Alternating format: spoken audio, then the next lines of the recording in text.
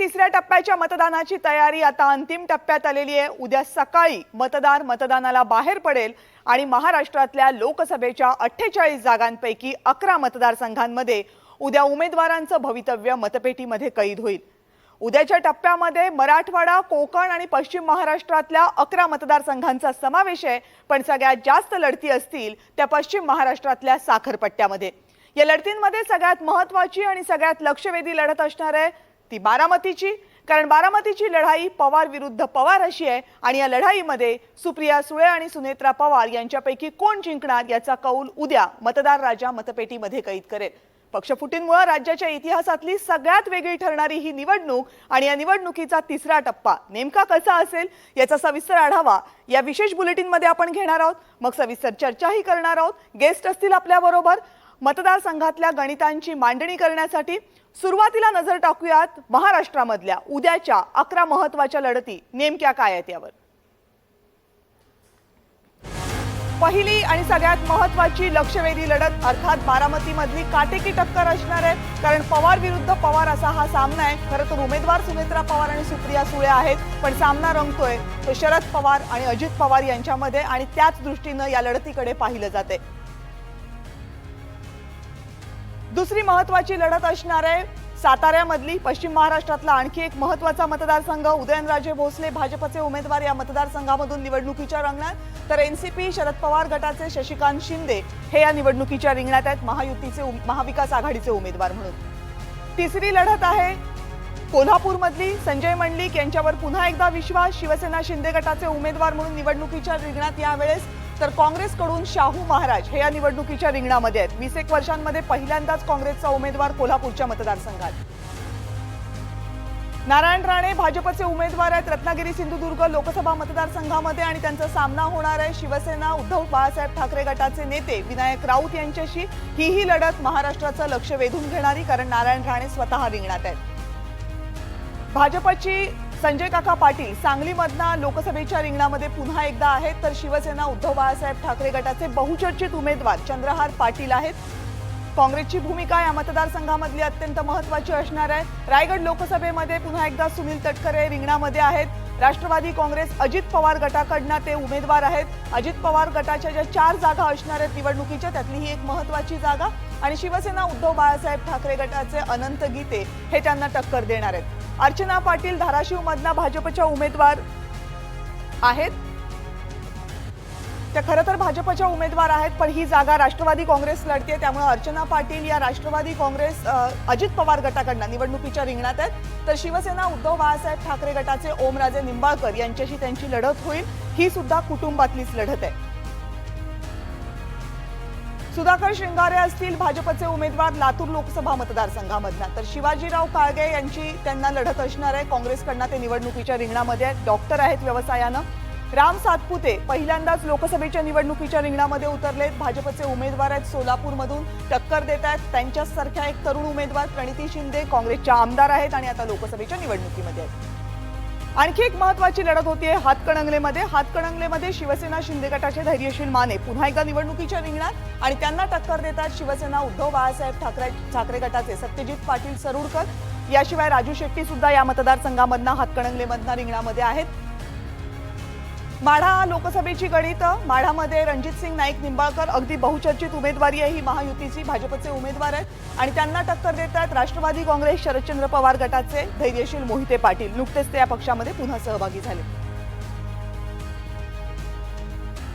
या सगळ्या मतदारसंघांमधली गणित नेमकी काय काय आहेत या संदर्भात आपण चर्चा करणार आहोत आणि त्यासाठी या चर्चेमध्ये माझ्यासोबत सहभागी असणार आहेत शिवसेनेच्या नेत्या नीलम गोऱ्हे असतील, याशिवाय ठाकरे गटाचे नेते वैभव नाईक आपल्यासोबत असतील, शरद पवार गटाचे प्रवक्ते अंकुश काकडे या चर्चेमध्ये सहभागी होतील आणि प्रमोद जठार भाजपचे नेते आपल्यासोबत या चर्चेत सहभागी होतील।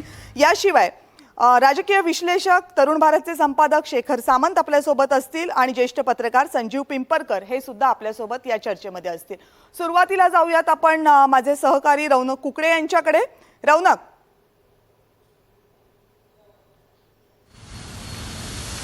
मुख्यतः कविता मी सध्या सिंधुदुर्ग रत्नागिरी या लोकसभा मतदारसंघात आहे आणि मुख्यतः आपल्याला माहिती आहे की काटेकी टक्कर या मतदारसंघामध्ये पाहायला मिळणार आहे। उद्या मतदान या संपूर्ण परिसरात होणार आहे. नारायण राणे जे केंद्रीय मंत्री आहेत त्यांना पहिल्यांदा भाजपने या लोकसभा मतदारसंघातून अनेक वाटाघाटी शिवसेना आणि भाजपमध्ये झाल्या आणि त्यानंतर एकंदरीत हा निर्णय घेण्यात आला की नारायण राणे इथं उमेदवार असतील आणि त्यांच्यासाठी जबरदस्त अशा स्वरूपाचा प्रचार देखील स्वतः केंद्रीय गृहमंत्री अमित शाह या परिसरात आले. त्यांनी नारायण राणेसाठी जबरदस्त असा प्रचार केला.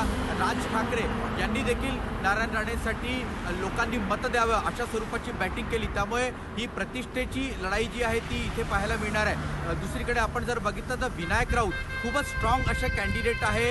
हा शिवसेनेचा उद्धव ठाकरे गटाचा एक बालेकिल्ला असा समजला जातो. आपल्याला माहिती आहे की वैभव नाईक यांची ताकद असेल. विनायक राऊत स्वतः 10 वर्षापासून या संपूर्ण परिसरात त्यांनी विकास कामं केल्या. त्यामुळे काटेकी टक्कर या संपूर्ण मतदारसंघात पाहायला मिळणार आहे. कविता.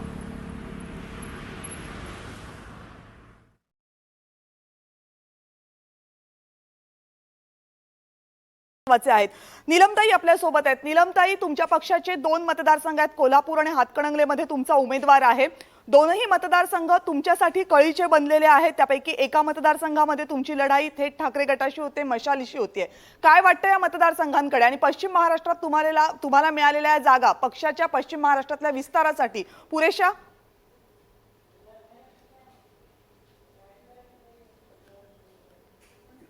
या 2 जागा आणि तिसऱ्या पुढच्या टप्प्यामध्ये होणाऱ्यांमधली मावळ आणि शिरूर या जागा आमच्याकडे होत्या आणि महाराष्ट्र पूर्ण झालाय आजच्या टप्प्यामध्ये असं म्हणता येणार नाही. कोल्हापूर आणि हातकणंगलेच्या मध्ये गेले काही महिने सातत्याने कार्यक्रम आणखीन योजना पोचवणं पुरवणं लोकांना वेगवेगळ्या पद्धतीने त्यांच्या ज्या मागण्या आहेत त्या पूर्ण करणं या दृष्टिकोनातून आमचे दोन्ही उमेदवार जे होते ते अतिशय सक्रिय होते.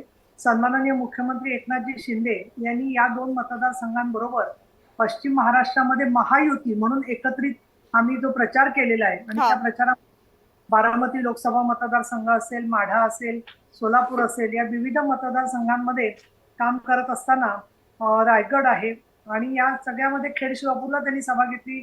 कोल्हापूर हातकणंगले ते सातत्याने ते मुक्काम करून काम करत होते. की मोना कविता सांगायला हरकत नाही की कोल्हापूरच्या पत्रकारांनी तर मला प्रश्न विचारला की इतक्या वेळेला मुख्यमंत्री कसे काय येत आहेत. आतापर्यंत आम्ही एवढ्या वेळेला कोल्हापूरला आलेले मुख्यमंत्री म्हणजे त्यांना आश्चर्य वाटत होतं. तर मी म्हटलं अजिबात न येण्यापेक्षा मुख्यमंत्री येत असतील तिथे लोकांशी बोलत असतील तर ती चांगली गोष्ट आहे. जागा पुरेशा आहेत की नाही हा प्रश्न सापेक्ष आहे. मला असं वाटतं की वाटतं आपल्याकडे की who smiles the last that person smiles the best. म्हणजे सगळ्यात शेवटी निकाल काय लागतायत त्यानंतरची जी हास्य असतात त्याच्यातून बऱ्याच काही गोष्टी कळत असतात. पण आम्हाला ज्या काही स्थान मिळालंय ते आमच्या अपेक्षेप्रमाणे मिळालेलं आहे आणि आम्हाला उत्तम असं आमचं कामगिरी होईल याची आम्हाला खात्री आहे. आणि महायुतीच्या सर्व जागा पश्चिम महाराष्ट्रात निवडून येतील उद्याच्या टप्प्यामध्ये अशी मी आशा मनात ठेवून आहे. ताई, अगदी थोडक्यात मला सांगा, हे दोनही उमेदवार म्हणजे संजय गायकवाड यांची उमेदवारी जाहीर व्हायला, संजय मंडलिक यांची उमेदवारी जाहीर व्हायला आणि धैर्यशील मानेंची उमेदवारी जाहीर व्हायला बराचसा वेळ घेतला पक्षाने. उमेदवारांच्या हातातून महत्वाचा वेळ त्यामुळे निघून गेला. आमचा निवडणुकीचा प्रचार जो आहे तो निवडणूक जाहीर होण्याच्या आधीपासूनच चाललेला होता. कारण आमचे सातत्याने सक्रिय कार्यक्रम चालले होते.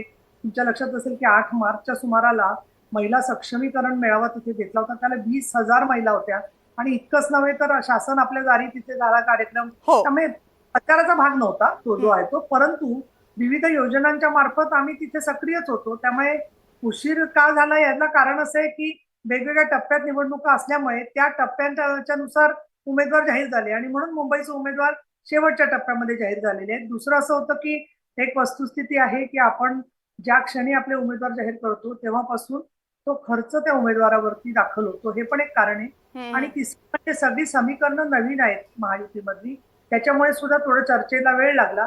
परंतु ज्या क्षणी संदीपान भुमरे असतील संभाजीनगरला इथे उमेदवार जाहीर झाल्याबरोबर तिथे वेगाने मतदारांच्या मध्ये दुर्विण झालेलं दिसून आलं. हे सुद्धा माझं निरीक्षण आहे. बर ताई, तुम्ही राहाच आपल्यासोबत. कोकणामध्ये जाऊयात. वैभव नाईक आता आपल्यासोबत आहेत. शिवसेना ठाकरे गटाचे नेते आहेत, आमदार आहेत. वैभव नाईक जी, खरं तर रत्नागिरी सिंधुदुर्गमध्ये तुम्ही उमेदवार नाही आहात, पण उमेदवार असण्या इतकंच महत्वाचं तुमचं तिथलं अस्तित्व असणार आहे. कारण तुमच्या पुढच्या राजकीय वाटचालीसाठी आणि तुमच्या पक्षाच्या पुढच्या राजकीय वाटचालीसाठी तुमची कामगिरी या निवडणुकीत कशी राहणार ते महत्वाचं ठरेल. निश्चितपणे आज आपण बघितलं असाल की संपूर्ण महाराष्ट्रामध्ये उद्धव बाळासाहेब ठाकरे यांच्यावर जो अन्याय झाला आहे, महाराष्ट्रावर अन्याय झाला आहे, त्याची सगळी लाट आज संपूर्ण महाराष्ट्रामध्ये दिसत आहे. आणि म्हणून आमच्या मतदारसंघाचा विचार केला, रत्नागिरी सिंधूर लोकसभा मतदारसंघाच्या, तर 100% विनायक राऊत हे जास्तीत जास्त गेल्यापेक्षा जास्त मताधिक्याने या ठिकाणी निवडून येतील.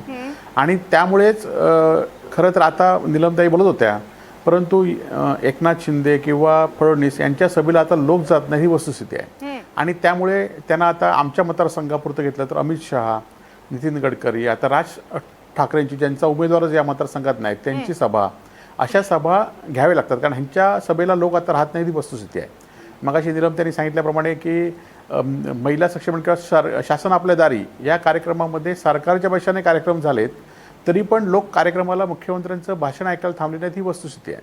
आणि त्यामुळे या मतदारसंघातल्या भाजपच्या कोर टीमने त्यांना मतदारसंघात बोलवलं आहे. म्हणजे शिंदे गटाच्या कोणत्याच नेत्याला या मतदारसंघामध्ये न बोलवण्याचं काम भाजपने केलं आहे. आणि खरं तर या मतदारसंघामधील शिवसेनेची अनेक वर्षाचा असलेला बालेकिल्ला तो राहीलच, परंतु जे शिवसेनेला स्वतःला शिवसेना समजतात त्या शिवसेनेने ही उमेदवारी घेतली नाही, ती भाजपला आंदोलन केली. कारण त्यांचं शेवटी त्यांचा पक्ष हा दिल्लीवरून चालतोय.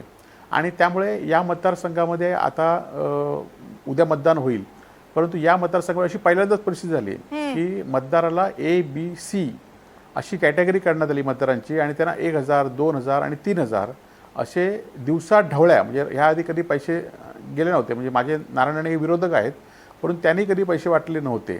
मतदारांना दहशत पसरली होती, कार्यकर्त्यांना पैसे वाटले होते, परंतु मतदारांना पैसे मात्र भाजपने पद्धत सुरू केली. त्यांना कळून चुकलं की आपला पराभव होतोय. परंतु ही पद्धत आता खुलेआम, म्हणजे सिंधुदुर्ग जिल्ह्यातल्या कुठलाही माणसाला तुम्ही विचारलं तर तो सांगेल की ABC 1000 रुपये, 2000 रुपये, 3000 रुपये मतदारांना देत आहेत, आणि एवढ्या लाख मतदारांना ते पैसे देत आहेत. परंतु निश्चितपणे या मतदारसंघातील जनता ही सत्याच्या बाजूने राहील, उद्योजींच्या बाजूने राहील आणि कोकणाच्या विकासाच्या दृष्टीने राहील. आज कोकणामध्ये जे विनाशकारी प्रकल्पाला खरं तर राज ठाकरे, अमित शहा यांनी फुलं सपोर्ट या ठिकाणी केला आहे. आणि त्यामुळे त्या प्रकल्पाच्या विरोधात आमची जनता आहे, आणि त्याचं प्रतिबिंब या निवडणुकीमध्ये दिसेल. अनेक भाषणांमध्ये सुद्धा दिसलं प्रकल्पांचा मुद्दा, विशेषतः बारसू रिफायनरीचा प्रकल्प, याच्याबद्दल बरीचशी चर्चा झालेली आहे. तुम्ही आरोप गंभीर केलेले आहेत की नारायण राणे यांच्या वतीनं पैसे वाटले जात आहेत म्हणून. प्रमोद जठार भाजपचे नेते आता आपल्यासोबत आहेत, ते तुमच्याच मतदारसंघात नाही चर्चेमध्ये सहभागी होतात. प्रमोद जठारजी, जर वैभव नाईक यांचं म्हणणं तुम्ही ऐकलं असेल तर काय उत्तर आहे तुमचं? आता येतं का, ऐकायला येतंय मी बोलतो ते? हो हो, हॅलो, बोला तुम्ही, तुमचा आवाज पोहोचतो आमच्यापर्यंत. हॅलो, ऐकायला येते का? आवाज पोहोचतोय तुमचा, तुम्ही बोला. प्रमोदजी तुम्ही बोला, तुमचा आवाज येतोय. हे आता पूर्वी ईव्हीएम आपण काय म्हणतो, ईव्हीएम चा घोटाळा, ईव्हीएम अमका आहे, ईव्हीएम मुळे भाजप जिंकतं, हे सांगून सांगून ही मंडळी थकली. आता याने हा नवीन काहीतरी फंडा काढलेला आहे, पैसे वाटते. एवढा मोठ्या मतदारसंघात पैसे वाटणं पण सोपं नाही.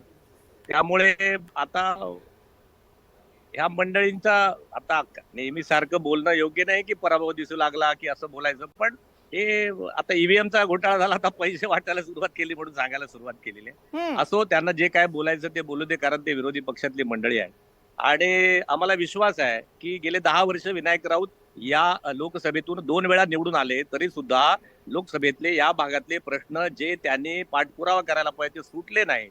त्यामुळे आता मोदी साहेबांच्या केंद्रातल्या 50 लाख कोटीच्या बजेट मधले मॅक्झिमम डेव्हलपमेंटचे पैसे या भागात यायला हवेत.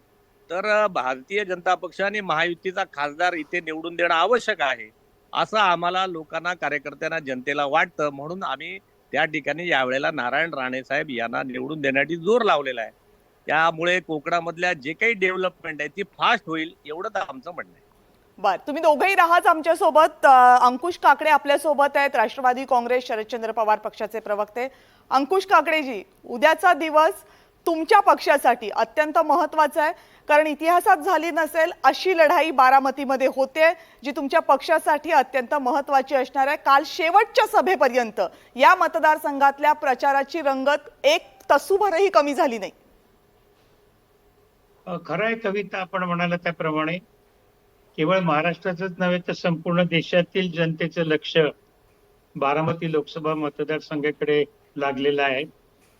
बारामती मतदारसंघ आजपर्यंत हा केवळ पवार आणि पवार यांचाच म्हणून ओळखला जातो. आजपर्यंत त्या ठिकाणी कोणत्याही विरोधी पक्षाची डाळ शिजलेली नाही. अनेकांनी प्रयत्न केले, दिल्लीवरून अनेक स्वाऱ्या झाल्या, महाराष्ट्रातील देखील अनेकांनी स्वाऱ्या केल्या, परंतु बारामतीकरांनी त्यांची त्या स्वारी वेशीवरती थांबवलेल्या आहेत. त्यामुळे याही वेळेला त्याच्यामध्ये काही वेगळं चित्र दिसेल असं तुम्ही समजू नका. बारामती पवार साहेब सांगतील ती पूर्व दिशा, आजही तीच परिस्थिती आहे. कालच्या सांगता समारंभामध्ये देखील आपण पाहिलं असेल, एकीकडे जुन्या पारंपरिक जागेवरती अजितदादांची सभा होती आणि दुसऱ्या मोठ्या जागेमध्ये मात्र पवार साहेबांची सभा होती. बारामतीकरांनी पवार साहेबांच्या सभेला दिलेला प्रतिसाद पाहिल्यानंतर बारामती ही पवारांची आहे, पवारांचीच असेल आणि भविष्य काळामध्ये देखील पवार सांगतील तशीच राहील, याबद्दल आमच्या मनामध्ये कुठली तरी मात्र शंका नाही. आपणही त्या बाबतीमध्ये काहीही मनामध्ये ठेवू नका. पण प्रचार तर जोरदार करावा लागला. तुम्ही तर म्हणताय की पवारांना कोणतीही चिंता नाहीये, प्रचार सभा बऱ्याच पार पडल्या, उमेदवारांना निवडून यायचं असेल तर त्या पडतातच. पण जी गर्दी तुम्ही म्हणताय की सभांना होते, तुम्हाला विश्वास आहे तीच गर्दी मतपेटीमध्ये परावर्तित होईल? निश्चित. कारण पवार साहेबांनी बारामतीसाठी केलेलं आहे, बारामती उभी केलेली आहे. गेल्या अनेक वर्षांमध्ये पवार साहेब सांगतील त्या पद्धतीचा विकास हा बारामतीमध्ये झाला. ठीक आहे, अजित पवारांना काही काळ त्यांना पवार साहेबांनी पुढे आणलं, अजितदादांना सांगितलं आणि राज्य सरकारने देखील त्याच्यामध्ये प्रगती केली. परंतु सगळं जे विजन आहे ते पवारांचं आहे. मग त्या ठिकाणी सहकारी साखर कारखान्याचं असेल, शैक्षणिक संस्थांचं असेल किंवा इतर वैज्ञानिक संस्था या बारामतीमध्ये अतिशय मोठ्या प्रमाणामध्ये आहे. शेतकऱ्यांच्या शेतीमालाच्या संदर्भामध्ये प्रक्रिया करणाऱ्या किंवा अभ्यास करणाऱ्या संस्था देखील त्या ठिकाणी आहेत आणि एक नियोजनबद्ध पद्धतीने त्यांनी त्या ठिकाणी बारामतीचा विकास केलाय. हे स्वतः जे दिल्लीचे 2 महान नेते आहेत ते देखील मान्य करतात, बारामतीमध्ये येऊन त्यांचं कौतुक करतात आणि इतर ठिकाणी मात्र निवडणुकीमध्ये राजकारण म्हणून त्यांच्यावरती टीका करतात. पण त्या टीकेला बारामतीकर कदापि भीक घालणार नाहीत. हे आपल्याला 4 जूनला पाहायला मिळेल. किंबहुना गेल्या निवडणुकीमध्ये सुप्रियाताई जेवढ्या मताधिक्याने निवडून आल्या होत्या त्याच्यापेक्षा कितीतरी पटीने जास्त मताधिक्य यावेळेला पाहायला मिळेल. कारण बारामतीकरांच्या मनामध्ये एक चीड निर्माण झालेली आहे. ज्या पद्धतीने दिल्लीने महाराष्ट्रातील पवार साहेबांच्या घरामध्ये भांडणं लावली आणि 2 पवार वेगवेगळे केले, ती एक मनामध्ये सल बारामतीकरांच्या मनामध्ये, केवळ बारामतीकरांच्या मनामध्ये अशातला भाग नाही तर महाराष्ट्राला देखील ते पसंत पडलेलं नाही. हे भारतीय जनता पक्षाच्या नेत्यांना देखील समजून आलेलं आहे. पण आता वेळ निघून गेली आहे. आता 4 तारखेला उद्याचं मतदान आपण पाहाल. उद्या मतदानाच्या मध्ये लोक उत्स्फूर्तपणे मतदान करणार आहेत. तुम्हाला चित्र दाखवणार नाहीत. तुमच्या चेहऱ्यावरती आम्ही कोणाच्या बाजूला आहोत, काय आहोत हे तुम्हाला पाहायला मिळणार नाही. परंतु बॅलेट बॉक्स मध्ये गेल्यानंतर मात्र त्या ठिकाणी ते तुतारीच्या फुंकणाऱ्या माणसावरती बटन दाबून सुप्रियाताईंना प्रचंड बहुमताने 6 मतदारसंघामध्ये सुप्रियाताईंना मताधिक्य मिळेल. बरोबर आहे तुमचं. बारामतीतले मतदार आहेत, त्यामुळे चेहऱ्यावर आम्हालाही कळणार नाही की मतदान नेमकं कुणाला होणार आहे ते. त्यामुळे सगळ्यांची नजर असेल की उद्या किती टक्के मतदान होतंय आणि अर्थात 4 जूनला कुणाच्या बाजूने मतदार राजानं कौल दिलाय हे स्पष्ट होईल. सांगलीमध्ये जाऊयात. सांगलीमधली लढत सुद्धा अत्यंत इंटरेस्टिंग, लक्षवेधी आहे. पश्चिम महाराष्ट्रातला अत्यंत महत्त्वाचा हा मतदारसंघ आणि प्रचंड चर्चेत राहिला तो महायुतीच्या उमेदवाराच्या घोषणेनंतर. काय सांगलीमधली आत्ताची गणित आहेत? विनोद तळेकर माझे सहकारी आता सांगलीमधून आपल्यासोबत आहेत. विनोदकडे जाऊयात. विनोद,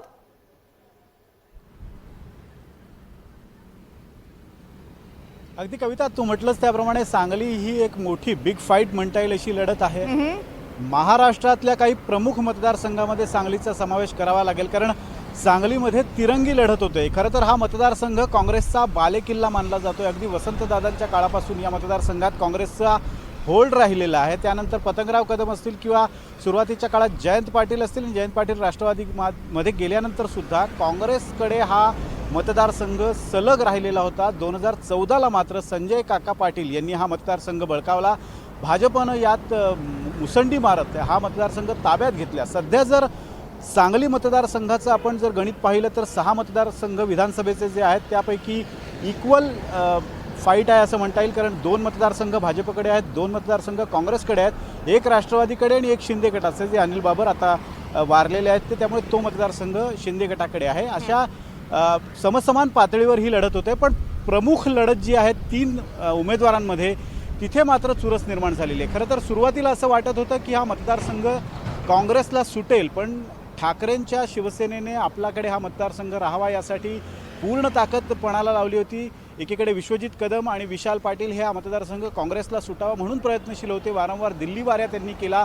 प्रदेशाध्यक्षांपासून ते अगदी काँग्रेसच्या अध्यक्षांपर्यंत त्यांनी विनवण्या केल्या. मात्र हा मतदारसंघ काँग्रेसला सुटू शकला नाही. यामागे काय गणित राजकीय होती ही परिस्थिती वेगळी आहे. पण शिवसेनेसाठी, उद्धव ठाकरेंच्या शिवसेनेसाठी हा मतदारसंघ महत्त्वाचा आहे, कारण कोल्हापूरची जागा शिवसेनेनं सोडल्यानंतर पश्चिम महाराष्ट्रात आपला म्हणावा असा मतदारसंघ शिवसेनेकडे नाही आहे. त्यामुळे हा मतदारसंघ आपल्याकडे राहावा यासाठी शिवसेनेनं आकाश पाताळ एक केलं. संजय राऊत आणि विश्वजित कदम यांच्यातली नोकझोक आपण अनेकदा पाहिली असेल. त्यानंतर विशाल पाटील हे जे काँग्रेसचे गेल्या वेळेला उमेदवार म्हणून ते या मतदारसंघात निवडणूक लढवत होते, त्यांनी संजय काका पाटलांना जोरदार फाईट दिली होती. त्यांनी आता वेगळा मार्ग निवडला, अपक्ष उमेदवार म्हणून ते रिंगणात आहेत. मात्र काँग्रेसची इथली यंत्रणा जी आहे ती वसंतदादा पाटील घराण्याला मानत असल्यामुळे बऱ्याचदा बिहाइंड द कर्टन आपण म्हणतो छुपी मदत विशाल पाटलांना होऊ शकते. आणि तसं जर झालं तर चंद्रहार पाटलांसाठी तो एक मोठा सेटबॅक बसू शकतो आणि संजय काका पाटलांना त्याचा फायदा होऊ शकतो. अर्थात काँग्रेस कशा पद्धतीने इथं चालते हे पाहणं महत्त्वाचं असेल. आता जी नुकतीच प्रचारसभा झाली होती त्यात विश्वजित कदमांनी थोडीशी का होईना पण नाराजी व्यासपीठावरून व्यक्त केली होती. तुम्ही जरी राज्यातले आणि देशातले वाघ असाल तरी सांगलीतले वाघ मात्र आम्ही आहोत, अशा स्वरूपाचा एक इशारा दिला होता. त्यामुळे पुरेसं स्पष्ट आहे की काँग्रेसने जर ताकदीनं चंद्रहार पाटलांच्या मागे, बरोबर, म्हणजे काँग्रेसची ताकद जी आता दिसतीये, विश्वजित कदम म्हणतात की आम्ही पूर्ण ताकदीनं चंद्रहार पाटील यांचा प्रचार करू, त्यांच्या विजयासाठी प्रयत्न करू, त्याचं खरंच प्रत्यक्षात उतरलं तर सांगलीचं चित्र बदलणार आहे का या संदर्भातला प्रश्नचिन्ह कायम आहे. अर्थात उद्या मतदार राजा हा सगळा गोंधळ बघितल्यानंतर कुणाला कौल देतो त्यावरही ठरेल. अंकुश काकडे आपल्यासोबत आहेत. अंकुश काकडेजी, हा जो वाद होता हा सुरुवातीपासून सुरू झाला महाविकास आघाडीमध्ये, अगदी उमेदवार घोषित करण्यापासून. टाळता आला नसता का हा? तर टाळता आला असता. खरं म्हणलं तर समन्वय समिती जी तिन्ही पक्षांची एकत्र होती त्यांच्यामध्ये या बाबतीमध्ये फारशी चर्चा झाली नाही. किंबहुना एकतर्फी ती उमेदवारी जाहीर केली गेली असं स्वतः पवार साहेबांनी, नाना पटोलेंनी देखील सांगितलं. खरं म्हणलं तर असं होता उपयोगाचं नव्हतं, कारण ज्या पक्षाला जागा दिल्या जातील त्यांनी त्या जाहीर कराव्यात. परंतु जागा वाटपाचा निर्णय झाला नसताना देखील त्या ठिकाणी शिवसेनेने ती जागा जाहीर केली आणि त्याच्यामुळे साहजिकच काँग्रेस जनांमध्ये एक प्रकारचा रोष निर्माण झाला आणि तो शेवटपर्यंत टिकला. काँग्रेसवाल्यांनी सुद्धा त्या ठिकाणी प्रयत्न केले की बंडखोरी कशी शमवता येईल, परंतु दुर्दैवाने त्याला काही यश आलं नाही. बरोबर. पण आता उद्या मतदान आहे. उद्या मतदानामध्ये या सगळ्या गोंधळाचं काय प्रतिबिंब उमटतं ते आपल्याला कळेल. नीलमताई, पण या सगळ्या गोंधळाचं जे डॅमेज कंट्रोल महाविकास आघाडीला अगदी शेवटच्या क्षणापर्यंत करता आलं नाही, त्याचा फायदा महायुतीला होणार? असं मतदार जर का संभ्रमित झाला की आपण आतापर्यंत सगळेच अनुभवी लोक आहोत.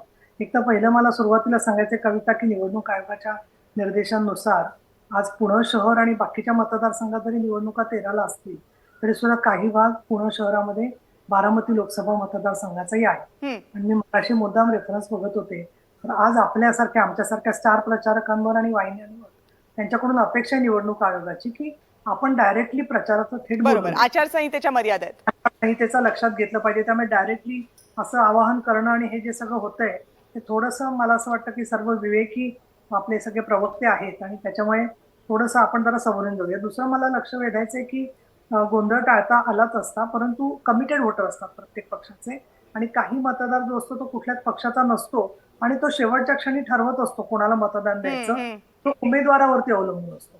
आता इथे सांगलीमधला जो सगळा आहे तो महाविकास आघाडीमधला गोंधळ म्हणण्यापेक्षा शाहू महाराजांची उमेदवारी तिकडे कोल्हापुरात जाहीर झाल्यावर कोल्हापुरी जागा पारंपरिक शिवसेनेची आहे, ती आता कोणाकडे जाणार हा निर्णय त्या दोन्ही आघाड्यांच्या मध्ये होतो. परंतु सांगलीमध्ये खरं सांगायचं तर अजिबातच शिवसेनेचं काही शिवसैनिक आहेत, नक्कीच हा. आहेत.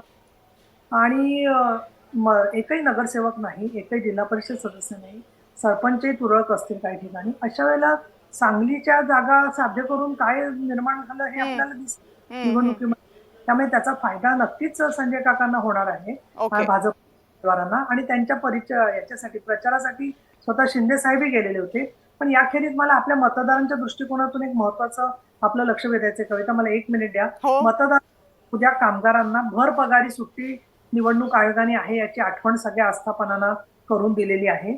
आणि म्हणून ज्या ज्या भागामध्ये कारखाने, खाजगी कंपन्या, दुकानं, निवासी हॉटेल, खाद्यगृह, नाट्यगृह, व्यापार, औद्योगिक उपक्रम, माहिती आणि तंत्रज्ञान कंपन्या, खरेदी केंद्रे, किरकोळ विक्रेते या सगळ्या आस्थापनांनी उद्या कामगारांना भर पगारी रजा द्यायची आहे, अशी मला त्यांना नम्र आवाहन करायचंय. कारण निवडणूक आयोगानेच आज तसं जाहीर केलेलं आहे की आपल्या कायद्यानुसारच ती भरपगारी सुट्टी असते.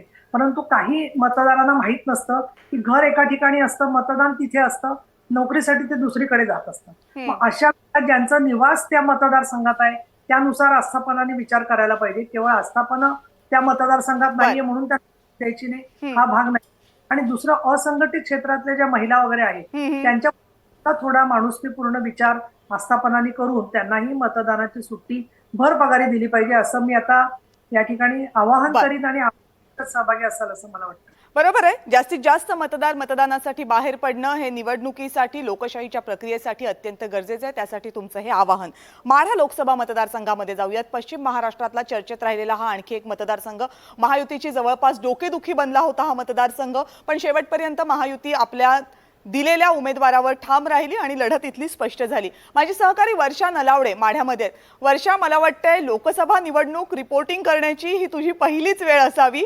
माढा लोकसभा मतदारसंघामध्ये आहेस, गेले काही तास फिरतेस, काय दिसलं तुला चित्र? इथे आपण पाहायला गेलं तर कविता, खरं तर राज्यातलं राजकीय वातावरण जसं तापलं आहे तसं या ठिकाणी नैसर्गिक वातावरण देखील तापल्याचं पाहायला मिळतं कविता. कारण या ठिकाणी आत्ता या क्षणाला तब्बल 41°C तापमान नोंदवण्यात आलं आहे. आपण जर माढा मतदारसंघातलं एक रचना पाहायला गेलो तर या ठिकाणी सोलापूर जिल्ह्यातील 4 विधानसभा आहेत आणि सातारा जिल्ह्यातील 2 विधानसभा मतदारसंघांचा यात समावेश आहे. या ठिकाणी देखील अटीतटीची लढत आहे असं म्हणायला हरकत नाही आहे. कारण महायुतीकडून आपल्याला रणजित सिंह नाईक निंबाळकर विरुद्ध महाविकास आघाडीचे धैर्यशील मोहिते पाटील ही अशी लढत पाहायला मिळणार आहे. धैर्यशील मोहिते पाटील यांचं घराणं गेल्या 3 वर्षांपासून राजकारणात आहे, तर एकीकडे आपल्याला पाहायला मिळतंय रणजित सिंह नाईक निंबाळकर यांचा विकास कामांचं पारडं जड असल्याचं इथले काही मतदार सांगतात. त्यामुळे आता भाजपचं पारडं इथे जड असल्याचंही बोललं जात आहे. आणि याच अनुषंगानं आपल्याला 2 गोष्टी देखील अधोरेखित कराव्या लागतील. कारण अवघे 24 तास मतदानाला शिल्लक राहिले असतानाच कालच देवेंद्र फडणवीस यांनी एक मोठी घोषणा केली आहे. अर्थातच त्याच्या अगोदर पंढरपुरातील विठ्ठल सहकारी साखर कारखान्याचे चेअरमन यांनी महायुतीच्या दोन्ही उमेदवारांना पाठिंबा दिल्याचं जाहीर केलं आहे. आणि त्यानंतरच पंढरपुरातील कदाचित 42 ते 43 गावांमधील जे शेतकरी सभासद आहेत त्यांनी देखील यावेळेस आनंद व्यक्त करत आपण भाजपलाच मतदान घेणार, तसेच अभिजित पाटील यांचाच पाठीशी उभं राहणार. कारण फडणवीसांनी एक महत्त्वाची घोषणा केली ती म्हणजे सहकारी साखर कारखान्याचं जे कर्ज आहे ते कर्ज पूर्णतः मुक्त करणार, कारखाना कर्जमुक्त करणार अशी एक मोठी घोषणा केली आहे. त्यामुळे या ठिकाणी आपल्याला भाजपचं पारडं कुठेतरी जड होत असल्याचं पाहायला मिळत आहे. आणि त्यानंतर अभिजित पाटील यांच्या कारखान्यावरती जी कारवाई होणार होती ती देखील कुठेतरी टळल्याचं पाहायला मिळतं. त्यामुळे या ठिकाणी तरी सध्या भाजपचं पारडं कुठेतरी जड असल्याचं पाहायला मिळत आहे कविता. भाजपचं पारडं जड आहे की महाविकास आघाडीचं पारडं जड आहे ते उद्या मतदार राजा ठरवणारच आहे. वर्षा, अंकुश काकडे आता आपल्यासोबत आहेत. अंकुश काकडेजी, माढा लोकसभा मतदारसंघ सुरुवातीला डोकेदुखी बदला महायुतीची, पण या सगळ्या घडामोडींकडे शरद पवार अगदी बारीक नजर टाकून होते आणि त्यानंतर शरद पवार यांनी जी खेळी केली ती एकूण पश्चिम महाराष्ट्राच्या राजकारणावर प्रभाव टाकणारी ठरते का, अशा चर्चा सुरू झाल्या. या सगळ्या खेळीबद्दल आणि धैर्यशील मोहिते पाटील यांना शेवटच्या क्षणी आपल्या पक्षात घेऊन त्यांना उमेदवारी जाहीर कर, काय खल झाला होता पक्षामध्ये नेमका? नाही, एकच आहे की या मतदारसंघामध्ये उद्या मतदान होतंय आणि धैर्यशील मोहिते पाटील घराणं हे सोलापूर जिल्ह्यामधलं एक अतिशय राजकारणातलं अगदी बलाढ्य घराणं आहे. आजपर्यंत अनेक निवडणुका त्यांनी लढवल्या, अनेक निवडणुका त्यांनी जिंकल्या देखील आहे. आणि त्यांच्या मोहिते घराण्यांवरती खरं म्हणलं तर 2019 मध्ये विजयदादा काही भारतीय जनता पक्षामध्ये त्यांनी प्रवेश केला नाही, परंतु रणजितसिंह मोहिते पाटील यांनी मात्र भाजपमध्ये प्रवेश केला आणि तेव्हापासून भारतीय जनता पक्षाने जेवढं महत्व विजयसिंह मोहिते पाटील किंवा या मोहिते कुटुंबियांना द्यायला हवं होतं तेवढं दिलं नाही. तो राग एक त्यांच्या मनामध्ये होता. आणि दुसरी गोष्ट, लोकसभेला देखील मोहिते घराण्याचा विचार न करता, कारण त्या ठिकाणी असलेल्या रणजितसिंह नाईक निंबाळकरांना प्रचंड विरोध आहे, रामराजेंचा विरोध आहे, रामराजेंच्या बंधूंचा विरोध आहे आणि बाकीच्या फक्त काही ठराविक आमदार सोडले तर रणजितसिंह नाईक निंबाळकरांच्या पाठीमागे तसं फारसं काही पाठबळ नाही. या परिस्थितीमध्ये नेमकं पवार साहेबांनी ओळखलं की त्या ठिकाणी जानकरांसाठी आम्ही काही जागा सोडणार. तो पवार साहेबांनी जाहीरपणे ती जागा त्यांना देऊ केली होती, परंतु शेवटी ते पुन्हा महायुतीच्या तिकडे गेले. हा अंदाज होता की काय तुम्हाला आधीपासूनच? आणि एकच आहे की उद्या मतदान होतंय, त्यामुळे मतदानाच्या मध्ये कोणाला मदत करणार आहे हे मला ती आता या ठिकाणी सांगता येणं शक्य नाही. पण तुम्हाला मी सांगतो, कमीत कमी 1.5 ते 2 लाख मतांनी धैर्यशील मोहिते पाटील हे विजयी होतील, अशा प्रकारची परिस्थिती आज त्या मतदारसंघामध्ये आपल्याला पाहायला मिळते. बर, संजीव पिंपरकर ज्येष्ठ पत्रकार आहेत आपल्यासोबत, जे पश्चिम महाराष्ट्रातलं हे राजकारण अत्यंत जवळून पाहतात. संजीव पिंपरकरजी, जी एकूण गणितं आपण माढ्याची बघितली, ऐकली, पाहतोय आणि जी लढाई अत्यंत इंटरेस्टिंग बनली आहे. सुरुवातीला असं वाटत होतं की ही एका बाजूला जाणार की काय, पण त्यानंतर शरद पवार यांची खेळी आपण बघितली, त्यानंतर उमेदवार जाहीर झाले आणि मग मात्र या निवडणुकीमध्ये रंग भरत गेले. तुम्ही या निवडणूक प्रक्रियेकडे, विशेषतः माढ्याच्या एकूण निवडणूक प्रक्रियेकडे सुरुवातीपासून पाहत होतात, कसे टप्पे बदलत गेले? माढ्याच्या निवडणुकी संदर्भात जे आहे, उमेदवारीबाबतची चुरस जी आहे ती अगदी सुरुवातीपासून चालू होती. मोहिते पाटलांना जे अपेक्षित होतं की आपल्याला उमेदवारी जाहीर होईल भाजपकडून, परंतु प्रत्यक्षात तसं झालं नाही. विद्यमान खासदार रणजितसिंहराजे निंबाळकर यांना उमेदवारी भाजपनं देणं हे पसंत केलं. त्यामुळे भाजपच्या विरोधात बंडखोरी करण्याचा निर्णय मोहिते पाटील गटाने घेतला आणि त्यानुसार त्यांनी त्याची तयारी उमेदवारी डिक्लेअर कोण करता आहे याची वाट न बघता सुरू केली. दरम्यान शरद पवार हे जे राष्ट्रवादी काँग्रेसचे ज्येष्ठ नेते, त्यांनी मोहिते पाटलांना आपल्या पक्षामध्ये सामावून घेतलं. धैर्यशील मोहिते पाटील सध्या शरद पवार राष्ट्रवादी यांच्याकडून ते निवडणूक लढवत आहेत.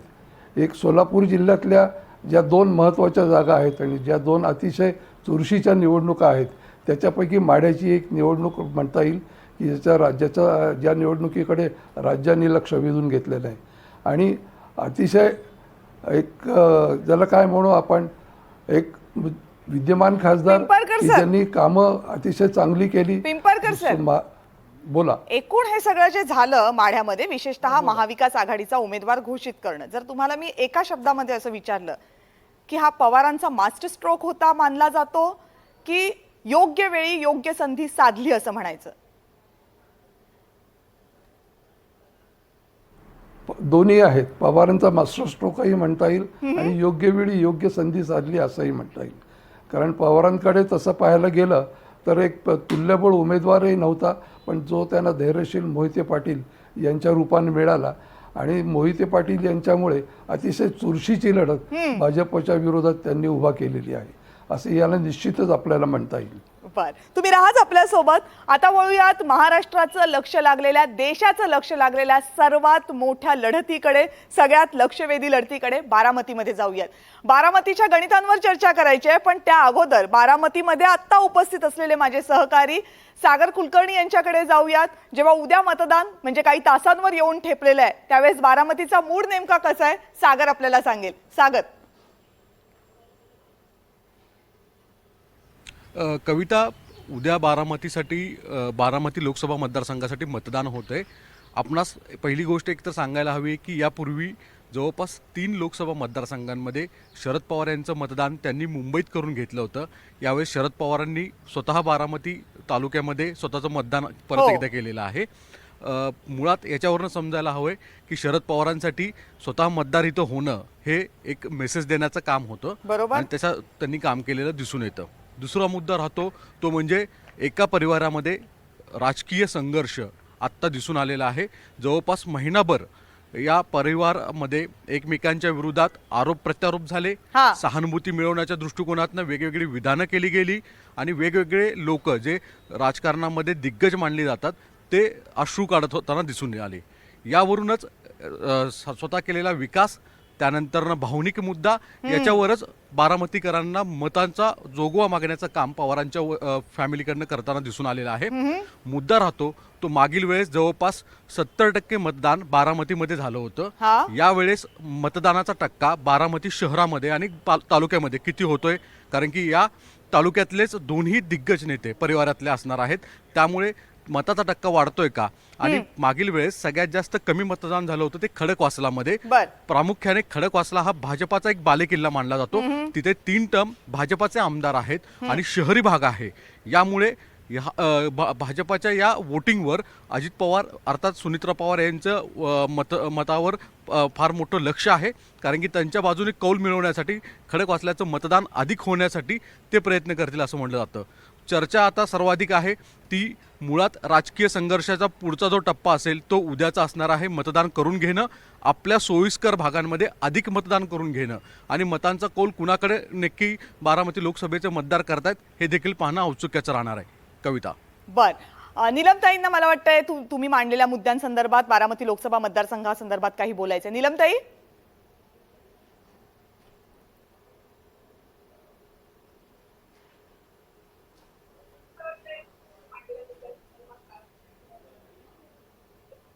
नाही, मला एक असं दिसतंय स्पष्ट की बारामती आणि माढा हे दोन्ही मतदारसंघ एकमेकांमध्ये गुंतलेले आहेत. तो आपल्याला कल्पना आहे की माढा लोकसभा मतदारसंघात याच्यापूर्वी शरदराव पवार निवडून आलेले होते आणि ज्यावेळेला त्यांना बारामतीत उभं राहणं शक्य नव्हतं काही कारणामुळे, त्यावेळेला ते माढ्याला उभे राहिले.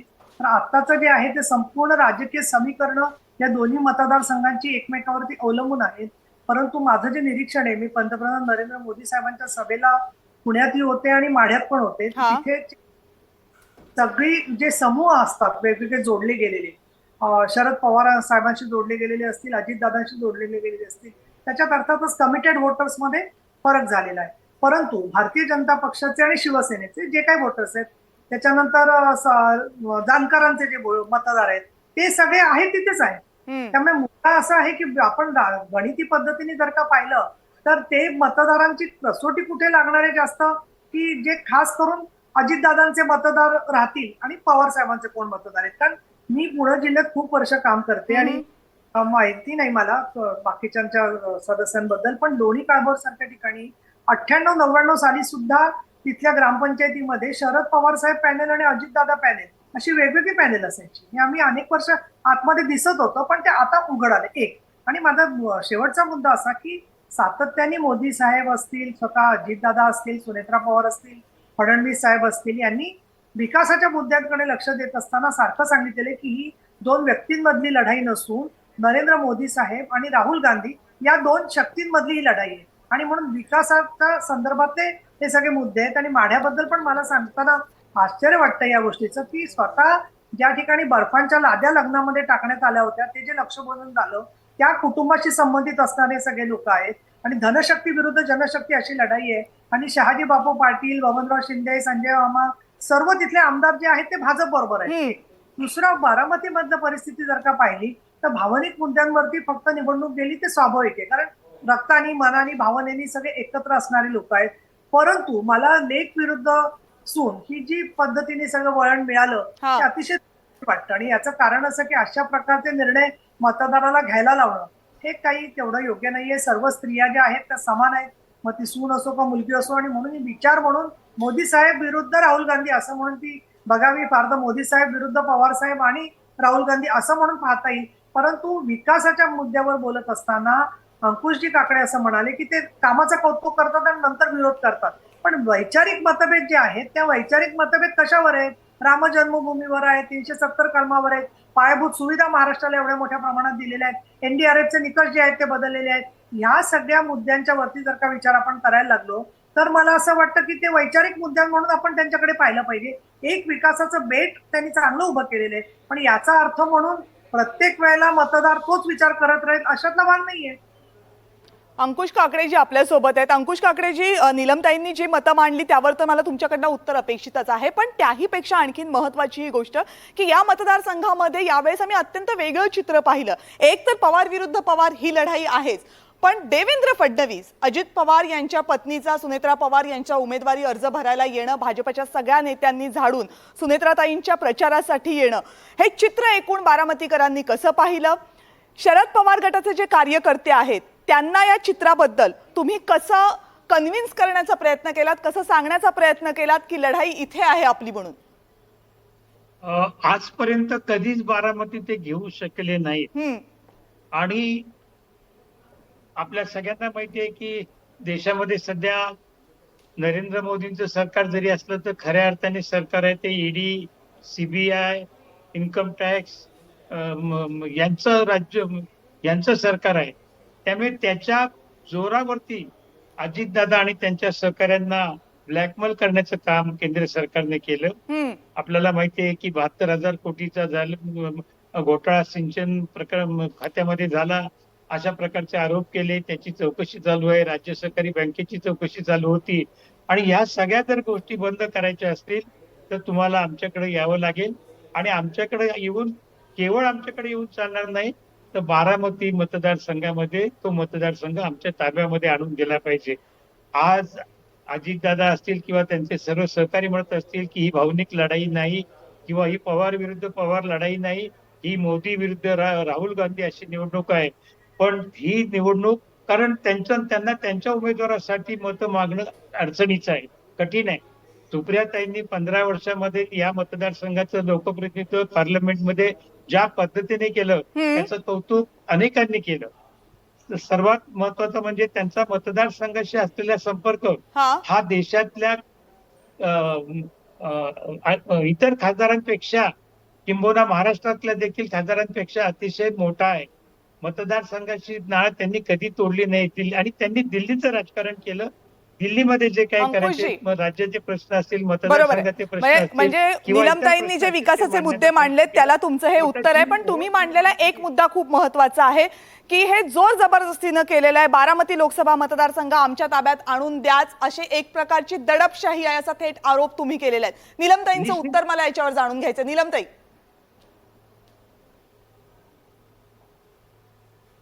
बरं करणार नाही, कारण मी उपसभापती आहे. त्यामुळे तुम्ही समजून घेऊन बोलायला मला दिलं तर बोलणार मी, अदरवाईज मी शिस्तीचं पालन करणार आहे. परंतु याची माझी 2 उत्तरं आहेत. एक तर पहिलं, जबरदस्तीने ईडी आणि सीबीआय याच्या भीतीमुळे लोकांना आणलं हा जो आरोप केला जातोय, तर स्वतः माननीय पंतप्रधान नरेंद्रजी मोदी यांनी दैनिक महाराष्ट्र टाइम्सला सविस्तर मुलाखत 4 दिवसापूर्वीच दिलेली आहे. आणि त्याच्यात त्यांनी जी आकडेवारी दिलेली ती आकडेवारी चुकीची असेल तर विरोधी पक्षांनी तिचं खंडन करावं. परंतु त्यांनी म्हटलेलं की सीबीआयनी जेवढ्या केसेस केल्या त्या केसेस पैकी जवळजवळ फक्त 2.5 ते 3% केसेस ज्या आहेत त्या राजकीय लोकांवरती आहेत. बहुतांशी केसेस ज्या त्या अधिकाऱ्यांवर आहेत आणि अधिकाऱ्यांकडून गेल्या 5 वर्षामध्ये जवळजवळ 10,000 कोटींपेक्षा त्यांच्याकडून पैसे वसूल करण्यामध्ये सरकारला यश आलेलं आहे. आणि त्याच्यामुळे हे जे म्हणणं आहे की प्रत्येक काय होतंय राजकारणातल्या सीबीआयची कारवाई झाली की त्याची मोठी चर्चा होते. दुसरं मला सांगायचंय की अजूनही त्याच्यात चार्जशीट दाखल झाली आहेत का, त्यांना निर्दोष सोडलंय का कुणाला, या सगळ्या चौकशा ज्या आहेत त्याचं स्टेटस ती एक स्वतंत्र यंत्रणा आहे ती जी आहे ती, आणि त्यांना सुद्धा न्यायालयाची बंधन आहे. आणि त्यामुळे त्याच्यावरती न्यायालय काय ते योग्य तो निर्णय घेईल. त्यामुळे एक जो हा प्रचार केलेला आहे की ईडी आणि सीबीआयच्या भीतीमुळे हे सर्व केलेलं आहे तो अत्यंत अयोग्य प्रचार आहे, हे मला या ठिकाणी सांगावं असं वाटतं. आणि हे झालं सुप्रियाताईंचं काम वगैरे जे आहे त्याच्यावर मी बोलल्याबरोबर मला सांगता येईल की अजितदादांनी पण काम केलेलं आहे. आज लोक वेळोवेळी याच्या कोविडच्या काळामध्ये असेल, त्याच्या पूर्वीच्या काळामध्ये असेल, आज स्वतः ते 7 वाजल्यापासून त्यांचाही दिवस सुरू होतो आणि ते प्रत्येक काम सोडवण्यासाठी स्वतः जातीने तिथे हजर असतात. आणि त्यामुळे मुद्दा असा आहे, मतदार काय विचार करतो की मला अडचणीच्या वेळेला कोण वेळ देऊन अवेलेबल असेल. आणि त्याच्यामध्ये अजितदादाच मुळे सुप्रियाताईंसाठी काम करत होते आणि अनेक प्रश्न त्यांचे सोडवत होते आणि केंद्रामध्ये मांडत असताना ते सामूहिक काम होतं.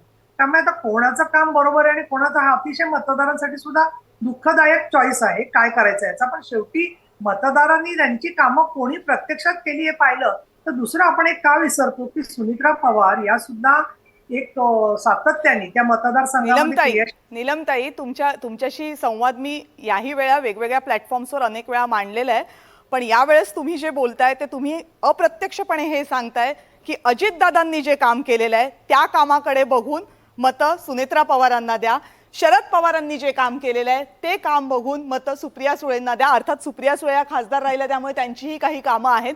खरं तर महाराष्ट्रामध्ये महिलांसाठी हिरारीनं भांडणाऱ्या तुम्ही नेत्या आहात, पण आज राजकीय परिस्थिती अशी आहे की पवार विरुद्ध पवार लढाईमध्ये आपण दोन महिला एकमेकींसमोर त्यांच्या कॅलिबरनं उभ्या आहेत. हे काहीसं विसरत चाललोय, हे खेदानं म्हणावंसं वाटतंय. ठीक आहे, आत्ताची चर्चा राजकीय आहे, आपण या चर्चेकडे पुन्हा एकदा येऊ. पण पिंपरकर सरांना मला विचारायचंय की पिंपरकर सर, प्रामुख्यानं पवार विरुद्ध पवार लढाईमध्ये भावनेचा मुद्दा महत्वाचा ठरला. तुम्ही या मतदारसंघामध्ये फिरत असताना, आढावा घेत असताना तुम्हाला हे जाणवलंय का की मतदार सुद्धा याच भावनेच्या आधारावर निर्णय घेईल? नक्कीच या भावनेच्या आधारावर ही निवडणूक लढवली जाते असं मला आवर्जून सांगावंसं वाटतं. कारण आणि भावनिक आव्हान हे दोन्ही पवार करतायत. एकीकडे शरद पवारही करतायत आणि एकीकडे अजित पवारही करतायत. दोघांचाही या मतदारसंघातला अतिशय गाढा संपर्क आहे. त्याच्यामुळे दोघांनाही भावनेच्या आव्हानांचा आधार घेणं हे क्रमप्राप्त आहे आणि त्या दिशेने ही निवडणूक जाणार हे नक्की मला असं वाटतंय. कामं तर दोन्ही पवारांनी केलेली आहेत, त्याच्याबद्दल काही दुमत असायचं कोणाचंच काही कारण नाही. त्याच्यामुळे भावनिक आवाहन आणि लोक या दोन्ही आव्हानांना प्रतिसाद कसा देत आहेत याचा विचार आपल्याला नक्कीच करावा लागेल. त्याचा निर्णय उद्या मतदानाच्या दिवशी मतदार घेतील.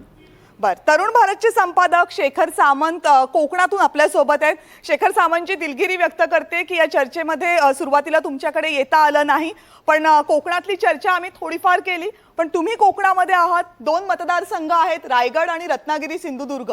एका मतदारसंघामध्ये थेट लढाई आहे धनुष्यबाण विरुद्ध मशाल अशी, तर दुसऱ्या मतदारसंघामध्ये अजित पवार यांचे विश्वासू मानले जाणारे सुनील तटकरे हे निवडणुकीच्या रिंगणात आहेत घड्याळ्या चिन्हावर आणि त्यांना पुन्हा एकदा टक्कर देत आहेत अनंत गीते. दोन्ही मतदारसंघांमध्ये तुम्ही आढावा घेतला असेलच, फिरला असाल, तुमची काय निरीक्षण आहेत? माझी निरीक्षण खरं तर यावेळीची निवडणूक आहे खरंच संपूर्ण महाराष्ट्रात एक वैशिष्ट्यपूर्ण निवडणूक ठरते ती याच्यासाठी की पहिल्यांदाच म्हणजे हा रत्नागिरी सिंधुदुर्ग मतदारसंघ जो म्हटला जातो त्या मतदारसंघात पहिल्यांदाच असं घडतंय की पारंपरिक म्हणजे धनुष्यबाण हे चिन्ह नाहीये आणि हे चिन्ह दोन्ही चिन्ह धनुष्यबाण हे नाही आहे आणि फर्स्ट टाइम कमळ आणि मशाल ही चिन्ह घेऊन ही निवडणुकीत आलेली आहेत. त्याच्यामुळे ही चिन्ह किती चांगल्या पद्धतीने लोकांपर्यंत मतदारांपर्यंत पोहोचली आहे याच्यावर बरीच समीकरणं अवलंबून आहेत. यावेळीची ही जी लढत आहे तो एक आक्रमक चेहरा, नारायण राणेंचा आक्रमक चेहरा विरुद्ध राऊतांचा एक सोबर चेहरा अशी ही एक लढाई आहे. ही लढाई अशा पद्धतीची आहे की सहानुभूती, शिवसेनेला असलेली छुपी सहानुभूती विरुद्ध यंत्रणेची ताकद आणि सत्तेची ताकद यातली ही लढाई आहे. मॅडम खरंच सांगतोय की यावेळी खराच चमत्कार झाला या निवडणुकीमध्ये की कोकणातली निवडणूक ही कधी राड्याशिवाय झालेली नाहीये. कोकणातल्या निवडणुकीमध्ये आरोप प्रत्यारोप, धमक्या, राडे, संवेदनशील वातावरण अशा पद्धतीच्या निवडणुका होतात. पण पहिल्यांदाच असं होतं की कुठेही आजपर्यंत या निवडणुकीत आचारसंहिता लागू झाल्यापासून एकही राडा झालेला नाही. असे आरोप प्रत्यारोप झाले पण हे म्हणतात कमरेकालचे शाब्दिक जे वार असतात असं कुठेही पातळी घसरलेली नाहीये. कुठेही आचारसंहितेच्या भंगाची तक्रार आजपर्यंत आलेली नाही. कुठेही तुम्हाला बॅनर दिसत नाही, घोषणा दिसत नाही, काहीच दिसत. सोशल मीडियावरची जी अतिशय खालच्या लेवलला येत असलेली लढाई जी असते, प्रचारबाजी असते, तीही कुठे दिसत नाही. हा खरंच तर याच्यामुळे मतदाराला संभ्रम पडला आहे की काय लागतं. कारण आणि शेखरजी याच्यामध्ये मी तुम्हाला एक छोटीशी गोष्ट ऍड करेन की मगाशी जो डेटा आलाय निवडणूक आयोगाचा त्या डेटामध्ये असं म्हटलंय जी संवेदनशील मतदान केंद्रांची यादी आहे त्याच्यामध्ये रत्नागिरी सिंधुदुर्ग मधलं एकही मतदान केंद्र नाहीये. दृष्टीने किंवा जनतेच्या दृष्टीने फार मोठं परिवर्तन म्हणावं लागेल. कारण आणि याचं क्रेडिट खरं तर मला वाटतंय की राणे फॅमिलीला द्यावं लागेल की नारायण राणेंचा हा आक्रमक चेहरा, त्यांच्या सुपुत्रांचा आक्रमक चेहरा पुऱ्या महाराष्ट्राला माहित आहे, पण जाणीवपूर्वक स्ट्रॅटेजिकल या कुटुंबियांनी यावेळी आपल्या आक्रमकतेला मुरड घातलेली आहे. ही फार मोठी चाल म्हणावी लागेल.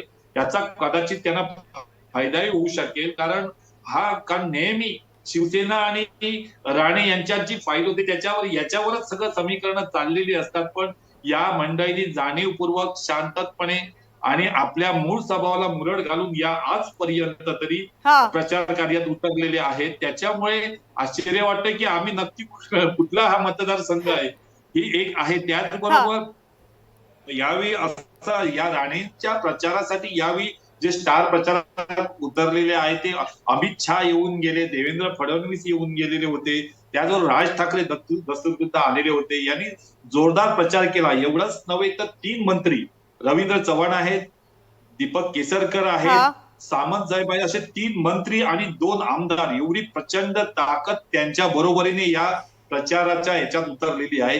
त्याच्या विरोधात शिवसेनेकडे आहे ते शिवसेनेकडे एक मात्र छुपी सहानुभूती निश्चितपणे आहे.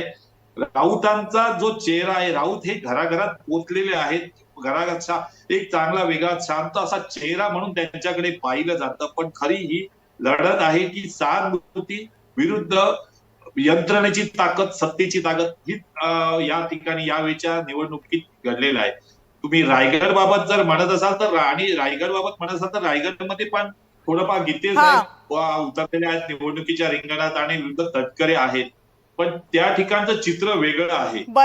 रायगडमध्ये मुस्लिम वोट बऱ्यापैकी आहे. रत्नागिरी मतदारसंघ आणि रायगड मतदारसंघामधला फरक असा आहे की रत्नागिरी मतदारसंघामध्ये जवळपास 20% वोटिंग मुस्लिम वोटिंग आहे आणि जे शिवसेनेकडे जाण्याची शक्यता दिसते, कारण मुस्लिम वोट हे कमळ चिन्हाकडे सहसा जाणार नाही, हे एकंदर आजपर्यंतची परिस्थिती दिसती आहे. पण हे वोट परत कसं राणेंकडे येईल आपल्या वैयक्तिक याच्यासाठी नारायण राणे आणि त्यांची माणसं त्या मतदारसंघामध्ये विशेषतः राजापूर आणि निश्चितच मतदान नेमकं किती होतंय यावर बरीचशी गणितं जशी रायगड लोकसभा मतदारसंघातली असतील तशी बाकीच्या मतदारसंघांमधली सुद्धा अवलंबून असणार आहेत. सगळ्या पॅनलिस्टना मला एक प्रश्न विचारायचा आहे फक्त आणि अगदी थोडक्यात. मोदी की गॅरंटी असं म्हणत या निवडणुकीमध्ये भाजपनं प्रचाराला सुरुवात केली होती. महाराष्ट्राची गॅरंटी नीलमताई कुणाला असणार अगदी एका वाक्यात?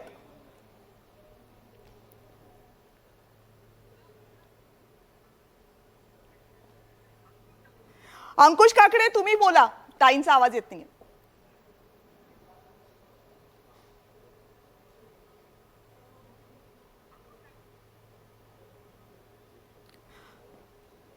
मला वाटतंय आवाज पोहोचत नाहीये आपल्या दोनही गेस्ट पर्यंत. आपला गेल्या वेळेस म्हणजे 2019ला मतदानाची टक्केवारी नेमकी काय होती त्यावर एक आपण नजर टाकूयात कार्यक्रमाला जाता जाता.